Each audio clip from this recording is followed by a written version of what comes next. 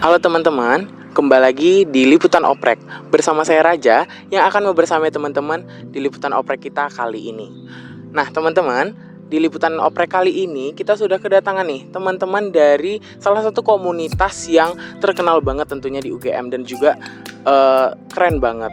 Nah mungkin kita boleh perkenalan dulu nih Kak, biar lebih dekat. Oke, aku langsung kenalan aja ya. Halo semuanya, aku Dinda, aku dari Isaac in UGM, aku dari Departemen External Relations atau Departemen Relasi Eksternal. Dan di sini aku bagian dari subdivisi Public Relations. Salam kenal. Oke, hai semuanya. Perkenalkan aku Najwa, aku tim leader dari pengembangan sumber daya manusia. Oke, teman-teman, kita udah kedatangan dua narasumber keren kita. Ada Mbak Dinda dan juga Mbak Najwa.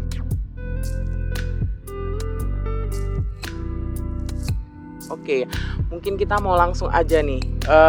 Mungkin walaupun nih teman-teman dari Oprek UGM udah pada tahu lah ya tentunya Isaac in UGM itu, tapi mungkin boleh nih Kak dikenalkan kembali kira-kira apa sih Isaac in UGM itu dan tujuannya apa sebenarnya? Mungkin boleh dipegang aja. Oh ya. Biar lebih leluasa gitu. Oke, jadi Isaac UGM itu adalah salah satu UKM sekber khusus yang ada di UGM.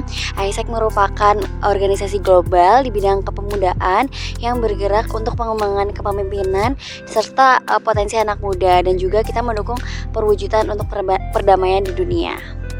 Oke, nah teman-teman, untuk teman-teman yang mau banget nih untuk memiliki kemampuan kepemimpinan yang makin baik, boleh banget untuk join di Isaac in UGM. Tapi nih Kak, sebenarnya selain kepemimpinan, kira-kira manfaat apa sih yang akan teman-teman Sobat Oprek rasakan kalau join di Isaac in UGM itu? Mungkin aku izin jawab ya, karena kita ini UKM yang fokus ya ke dalam development dalam bidang leadership atau misalnya kepemimpinan ya. Jadi kita ini memang memfokuskan ke pengembangan diri personal masing-masing gitu dalam bidang kepemimpinan. Dan selain itu kita juga menyediakan wadah untuk networking juga nih, karena kita kan Isaac UGM ya, dan skalanya memang Universitas Gajah Mada. Selain itu kita juga menyediakan wadah buat networking skala nasional juga. Dan selain itu kita juga menyediakan supportive environment lah ya di dalam lingkungan Isaac in UGM ini. Mungkin itu bisa ada beberapa manfaat dari join Isaac in UGM. Oke, banyak banget ya teman-teman benefit yang teman-teman akan rasakan jika join di Isaac in UGM. Oke, mungkin untuk sasarannya nih Kak, untuk kakak-kakak dari Isaac in UGM itu sebenarnya mau cari kriteria yang seperti apa nih? Apakah terpaut umur tertentu atau semester berapa? Mungkin boleh dijelasin Kak? Oke, untuk requirement sendiri kita terbuka untuk mahasiswa tahun pertama dan tahun kedua. Nah, kriteria apa sih yang Isaac cari? Jadi kami ini mencari pemuda yang punya semangat tinggi untuk belajar dan grow bersama Isaac. Jadi nggak perlu punya segudang pengalaman untuk jadi member kita. Justru di sini kita belajar bareng-bareng untuk punya pengalaman. Dan juga Isaac cari nih pemuda-pemuda yang punya passion terhadap leadership, enthusiasm, dan juga orang-orang yang mau percaya diri mengembangkan potensinya di Isaac. Seperti itu. Wah, keren banget. Nah kira-kira nih Kak, boleh langsung diceritain aja nih untuk timeline dari Oprek Isaac in UGM tuh gimana sih Kak? Oke, untuk timeline Oprek UGM, Isaac in UGM sendiri itu dimulai dari tanggal 12 Agustus kemarin dan akan di-close tanggal 26 Agustus besok. Jadi teman-teman yang belum daftar, segera daftar karena bentar lagi banget nih udah ditutup. Jangan lupa join ya teman-teman, dicatat tanggalnya. Nah kira-kira nih di Isaac in UGM sendiri itu ada divisi apa aja sih Kak? Dan mungkin boleh jelasin nih, di spill sedikit tugas-tugasnya gimana? Oke, mungkin aku izin jawab ya untuk divisi-divisi apa sih yang ada di Isaac in UGM ini. Dan pertama-tama nih departemen atau divisi, kita manggilnya departemen ya kalau di Isaac. Jadi ada dua, namanya ada dua gitu. Satu front office, satunya lagi itu back office. Jadi front office ini ada apa aja? Jadi ini mereka ini divisi yang tugasnya memang bertanggung jawab dengan project-project yang ada di Isaac in UGM. Dan tiga divisi ini itu ada namanya, yang pertama itu ada Isaac Future Leaders. Isaac Future Leaders ini apa? Isaac Future Leaders ini itu basically dia program untuk pengembangan skills, mau soft skills atau hard skills, itu memang tergantung temanya apa gitu yang diangkat di project Isaac Future Leaders saat itu.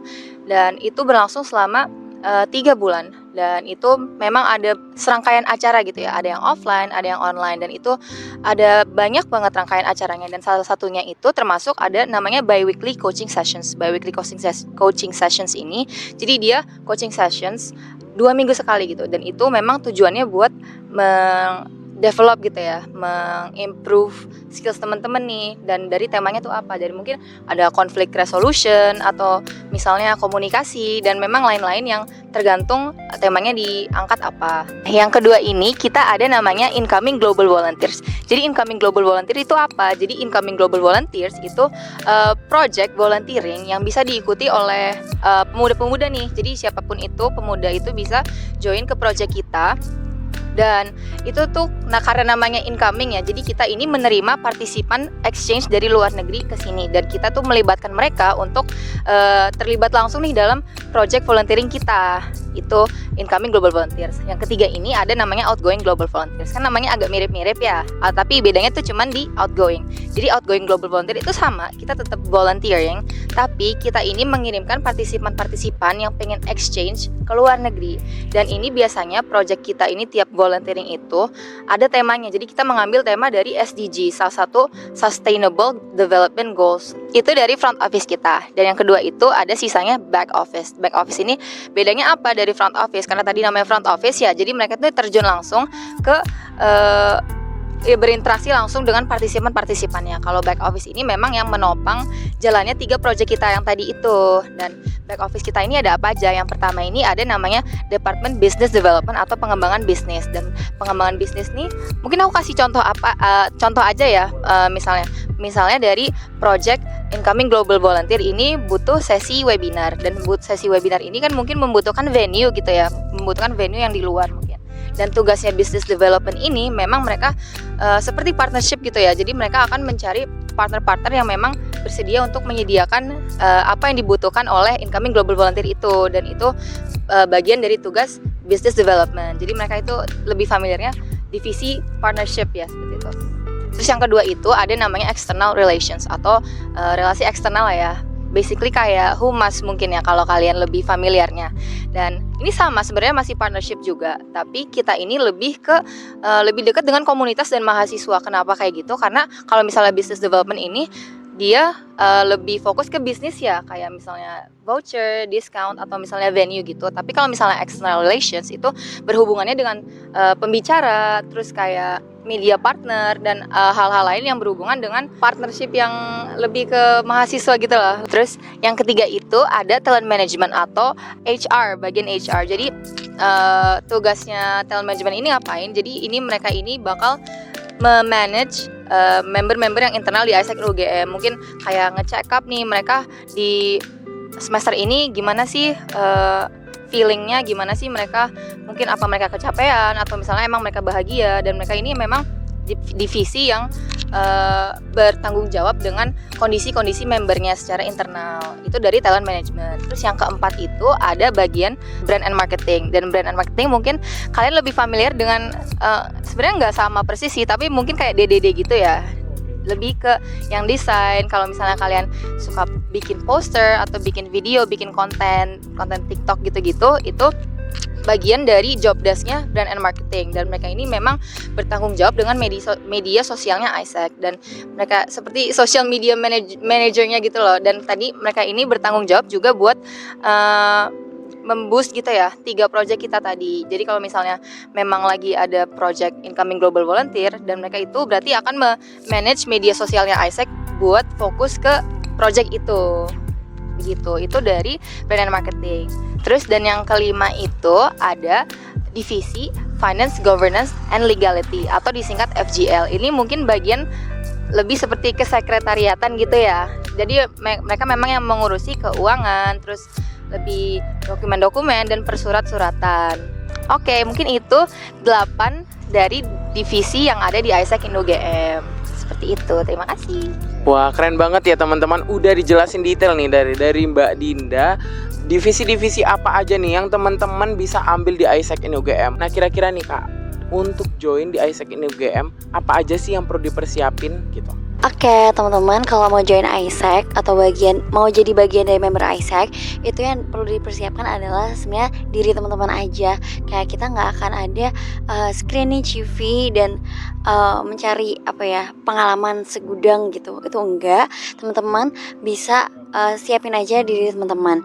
Dan juga nanti di registration form itu ada kolom untuk cantumin portofolio, tapi nggak wajib. Jadi kalau teman-teman mau showcase project apa yang udah pernah teman-teman buat, itu bisa di situ, tapi sebenarnya itu nggak wajib. Nah, selain itu juga di join ISEC itu sebenarnya nggak ada pembayaran atau tidak dipungut biaya sama sekali, tapi serangkaian acara dari kami itu membutuhkan development fee sebesar 25.000 untuk acara webinar You Today Join ISEC, yaitu platform untuk semacam open house gitu ya, untuk mendapatkan insight tentang leadership dan juga insight tentang ISEC lebih banyak lagi.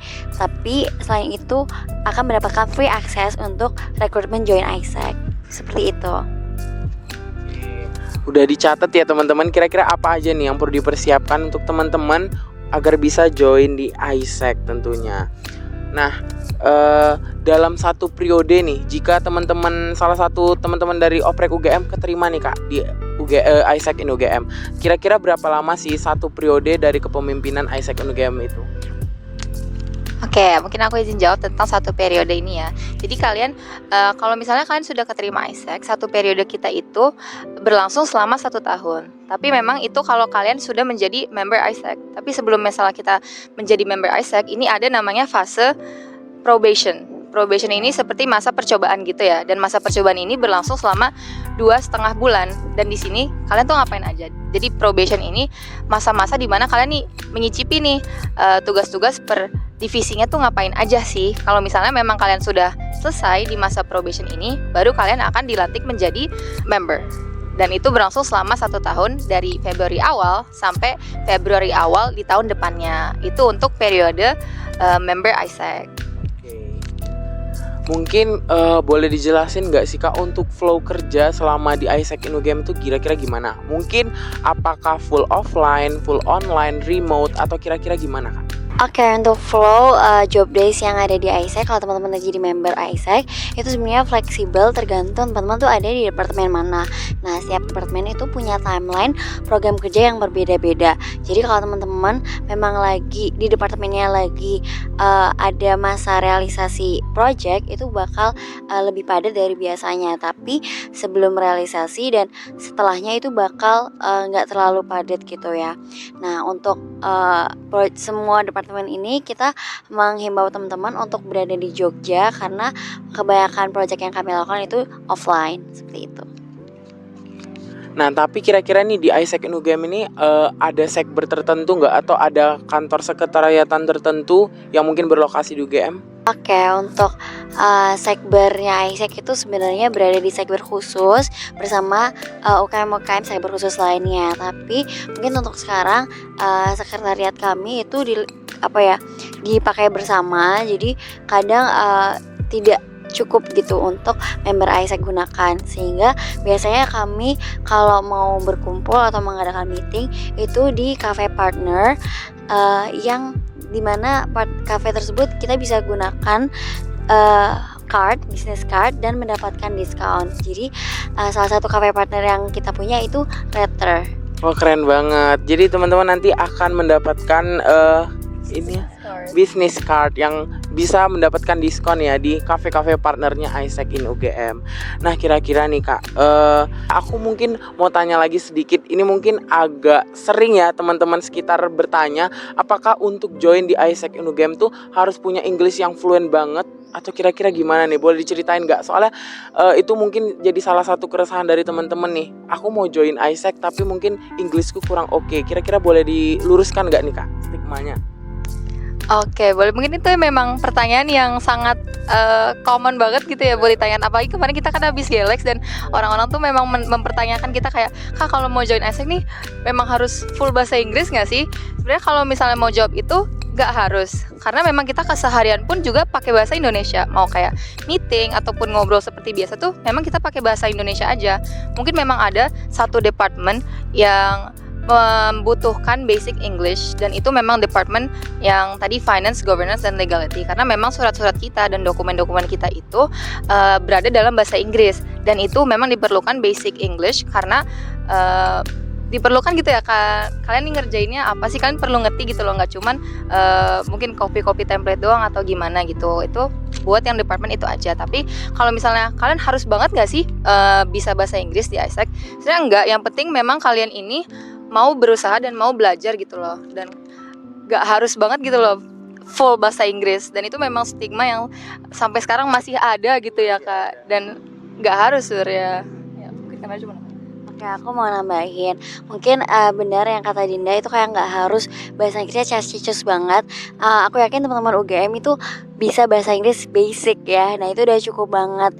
Dan di kita juga komunikasinya nggak pakai bahasa Indonesia. Biasanya bahasa Inggris itu digunakan kalau kita ada networking atau meeting dengan teman-teman di luar negeri gitu sih kalau dari aku tambahannya. Nah teman-teman udah dijelasin terkait stigma-stigma yang sangat-sangat sering muncul nih ketika teman-teman mau join di ISEC UGM. Mungkin teman-teman yang penting punya kemauan untuk belajar dan juga basic English sudah sangat-sangat cukup untuk dapat join di ISEC UGM. Mungkin nih Kak, aku mau nanya testimoni dari kakak-kakaknya. Setelah join beberapa waktu di ISEC UGM, kira-kira apa aja yang kakak rasakan dan kakak dapatkan? Mungkin boleh dari masing-masing ya. Oke, boleh. Oke, dari aku sendiri, ISEC itu life changing moment di hidup aku. Karena sebelum join ISEC, aku tuh orang yang biasa aja. Aku sebelumnya di SMA tuh gak punya pengalaman apapun. Aku gak ikut OSIS, MPK, atau Pramuka. Tapi ISEC memberikan opportunity aku untuk bisa jadi member dan mendapatkan banyak benefit. Salah satunya aku bisa dapat kesempatan untuk jadi leader dan mencoba banyak opportunity di berbagai bidang. Dan di ISEC juga aku ngerasa seperti keluarga gitu ya, karena nggak ngerasa sendirian dan berada di supportive environment. Orang-orangnya selain seru, mereka juga profesional. Jadi kita bisa balance antara work and play. Dan dari aku sendiri, ISEC itu salah satu hal yang gak pernah aku sesali gitu ya, yang pernah aku pilih di hidup aku gitu sih. Oke, sangat heartwarming ya dari Kak Najwa ini. Mungkin dari aku sedikit mirip juga, karena aku memang masuk ISEC ini dalam keadaan aku benar-benar gak ada pengalaman organisasi juga. Aku gak pernah sama kayak Kak Najwa nih, gak pernah OSIS, aku gak pernah MPK, gak pernah organisasi apapun. Dan aku memang masuk ISEC ini kayak ya masuk aja gitu loh. Dan memang awalnya tuh aku takut banget gitu ya, karena memang ISEC ini kan kayak terkenalnya memang organisasi yang sangat besar gitu ya. Dan itu waktu awal aku masuk tuh sangat-sangat mengintimidasi aku. Dan pas aku masuk ISEC kan tiba-tiba aku dimasukin ke departemen yang memang bukan passion aku banget gitu loh. Karena aku tuh belum tahu waktu itu kalau memang itu aku bakal bisa develop di situ. Dan ternyata setelah aku menjalani kurang lebih 1 tahun, belum 1 tahun sih sebenarnya, tapi kurang lebih 1 tahun di ISEC ini, memang ternyata aku cocok gitu loh sama departemen itu. Jadi yang mungkin yang mau aku sampaikan itu, bisa aja kalian nih teman-teman yang di rumah ini, bisa aja kalian menemukan bakat terpendam gitu loh di ISEC yang kalian mungkin gak pernah tahu. Dan itu pengalaman dari aku sendiri sih. Dan benar kata Kak Najwa, memang di sini di ISEC ini lingkungannya memang sangat-sangat suportif gitu ya, dan non diskriminatif juga kan, karena teman-teman aku memang beragam banget gitu loh di ISEC. Mungkin ada yang seperti ini, ada yang seperti itu, pokoknya benar-benar beragam dan gak ada sikap-sikap atau perilaku memang yang diskriminatif di organisasi kami ini. Dan memang budayanya juga sangat-sangat asik gitu, asik dan suportif. Dan mungkin aku mau ngenalin salah satu budaya kami gitu ya, ada namanya Sugar Cubes. Nah, budaya Sugar Cubes ini apa? Jadi misalnya kami tuh ada acara seperti makrab gitu ya, namanya itu local conference. Dan setiap acara local conference ini kita itu ada namanya Sugar Cubes. Dan Sugar Cubes ini ngapain? Jadi kita ini bakal nulis kata-kata gitu ya, kata-kata di sticky notes atau misalnya kertas-kertas di dan di akhir acara ini kita bakal kumpulin di amplop-amplop yang memang misalnya kamu nih aku mau kasih ke Kak Najwa, berarti nanti aku akan nulis sticky notes itu, aku masukin ke amplopnya Kak Najwa, dan itu dikumpulin sampai akhir acara. Dan di akhir acara itu nanti akan dikasih ke membernya masing-masing. Jadi nanti amplopnya Kak Najwa akan dikasih ke Kak Najwa. Itu bisa anonim atau mungkin bisa ditulis namanya sendiri, kayak ini mungkin dari aku, atau misalnya anonim, completely anonim, itu nggak apa-apa. Dan itu menurut aku sangat ketika udah capek-capek mengikuti acara itu, atau misalnya udah satu semester capek-capek dan mendapat sugar cubes itu, pas ngebacanya itu kayak sangat lega gitu loh, terus kayak seneng gitu loh, ternyata kayak orang-orang ternyata mikir kayak gini tentang aku, dan itu sangat bikin aku seneng gitu loh. Dan mungkin untuk kalian juga yang love language-nya words of affirmation itu kayak cocok banget gitu loh menurut aku dengan budaya sugar cubes kami ini. Mungkin itu sedikit cuplikan dari budaya Isaac yang sangat suportif ini, gitu sih Kak kalau dari aku. Oke, seru banget ya Kak, dari pengalaman-pengalaman yang kakak-kakak dapatkan selama berdinamika di Isaac in UGM ini. Nah mungkin pertanyaan tadi tuh salah satu pertanyaan terakhir. Mungkin sebagai penutup boleh nih Kak kasih closing statement dari kakak masing-masing untuk teman-teman liputan oprek yang menonton liputan ini. Oke, buat teman-teman mahasiswa UGM tahun pertama dan tahun kedua yang sedang mencari leadership platform untuk mengasah skill teman-teman baik profesional dan personal, itu teman-teman bisa kepoin Isaac UGM. Siapa tahu dengan join Isaac UGM teman-teman bisa mendapatkan opportunity atau kesempatan-kesempatan yang nggak teman-teman duga sebelumnya. Dan juga jangan lupa daftar join Isaac sampai tanggal 26 Agustus, karena ya siapa tahu kita nggak ada action gitu ya. Dan di 2 minggu setelahnya tanggal 6 sampai 8 September kita bakal ada webinar namanya You Today Join Isaac, dan serangkaian rekrutmen lainnya yang teman-teman bisa lihat di booklet Isaac. Jadi jangan lupa daftar ya teman-teman. Oke, mungkin aku tambah sedikit aja dari Kak Najwa ini. Ini mungkin karena open registration kita untuk angkatan 2023 dan 2024. Mungkin aku mau nyaranin untuk maba-maba nih yang misalnya masih takut kayak karena Isaac ini mungkin agak intimidating atau gimana. Menurut aku kalian coba dulu aja, karena misalnya kalian itu masih punya kesempatan di tahun depannya untuk mencoba lagi. Daripada kalian cuma punya satu kesempatan di tahun depan, mending kalian daftar sekarang, agar kalian bisa belajar memang dari pengalaman kalian yang sudah kalian lewati. Oh ya, dan aku mau ngingetin juga kalau kami di Isaac ini memang bukan organisasi yang mencari orang-orang yang memang sudah profesional gitu ya. Jadi kalau misalnya kalian takut, mungkin kayak kalian agak ragu nih dengan skill-skill kalian, itu nggak apa-apa, karena kita memang menyediakan wadah ini untuk kalian belajar bareng gitu loh, untuk kalian mendevelop diri kalian sendiri secara tahap bertahap. Dan di situ aku mau nyampein pesan aja kalau kalian itu jangan takut dan dicoba aja. Tapi memang kalau misalnya takut itu susah gitu ya, bilang jangan takut, kayak ya nggak apa-apa takut, tapi memang kalian jalanin aja dengan rasa takut itu, karena itu bakal beneficial banget buat kalian yang akan join Isaac ini. Itu dari aku mungkin ya. Makasih banyak nih closing statementnya dari Mbak Najwa dan juga Mbak Dinda. Oke, mungkin teman-teman yang masih penasaran tentunya boleh banget kepoin dari Instagramnya Isaac in UGM. Dan juga jangan lupa untuk follow sosial media kita di Oprek UGM untuk info-info oprek lainnya. Saya Raja Panggabean, pamit undur diri. Sampai jumpa di liputan oprek selanjutnya. Dadah!